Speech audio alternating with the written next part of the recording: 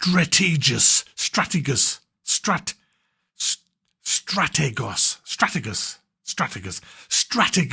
Is it worth a buy? Let's read the words of the developer. Strategos is a real-time tactics wargame set in classical simulate large-scale battles with over 120 factions and over 250 units from the ancient world. Create custom battles or take command of historical ones. So this is Strategos. It's a game made by, I think it's just one guy actually, but it's now being published by Microprose, which means it must be good because they don't do shit. It looks like Total War. It plays like Total War, but it's nothing like Total War, if that makes sense.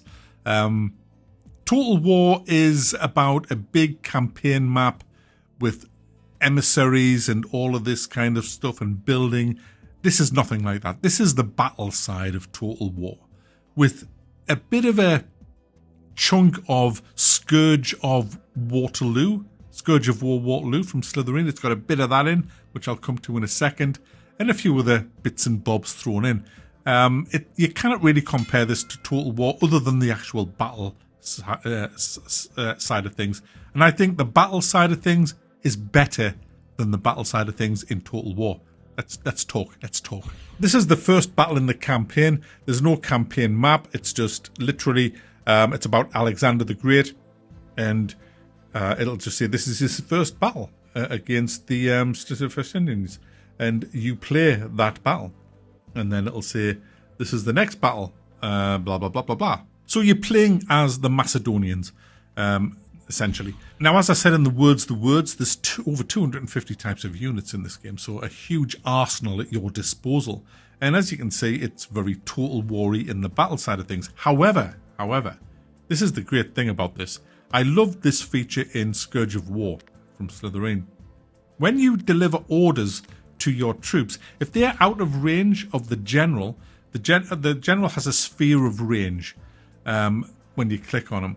But if they're outside of that, the general has to send a courier, a mounted courier, and he only has a certain amount of these, to that set of troops to deliver your orders. So that's awesome, because when you're in a pickle and you're kind of wanting to send a unit to flank another unit or something, got to totally change their orders, they've got to sit doing the thing that you don't want them to do until a horse courier rides out into the battle and delivers the new orders, and then as soon as they get the new orders, they'll go, oh, okay, I'll do that now, and then they'll f*** off to do what you actually want them to do. It's so good. We did that in Scourge of War, and it was fantastic, and you can now do it in a Total War kind of setting, which is Strategos. Another good thing I like about this game is you deliver orders to your troops, and if they're getting, like your archers, for example, you've told your archers to fight and just, loose on the enemy as they come forward towards you. But if they start getting a bit fucking scared because there's some frisky motherfuckers coming with big sticks, they'll fuck off. They'll be like, hey mate, I know you want me to fire at them, but have you seen what's behind them? That for a game of dominoes. And they'll just retreat themselves because they have that sense of preserve my arse. And I like that. Whereas in some games, they'll just sit there and go, yes, I'm firing my arrows because you told me to, and I know I'm going to die in a few seconds because them bastards over there are going to flank me. Well, in this game, they kind of, that looks a bit iffy, and they'll pull back, giving you a bit of time to issue new orders. It's great, guys. The battles are really good fun because of this. You do feel more like a general, like sitting here going, all right, I want to carry it to him quick. Tell him to stop being a dick and go over there. It does get that immersitivitis that you want in these kind of games. That kind of sets it a little bit apart from your Total War kind of battles, which are very different, but they do look the same.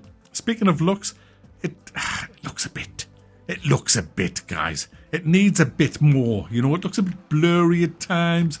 I love that there's a more compact amount of troops you can put more in as well in the graphical options.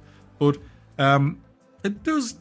It's serviceable, but it is a bit, guys, on the visuals. It ran well on my 2080, which I'm happy to say. And overall, I enjoyed this battle. I beat them in this battle. I made some bad moves, but I still beat them, and I had a great time doing it. So I just thought I'd give you a taste of this until it actually comes out, and then we'll go into it in a bit more depth. But this is one to watch, so keep an eye out for this. It comes out this year. I have no idea of the price or when it's going to drop, but so far so good. I like.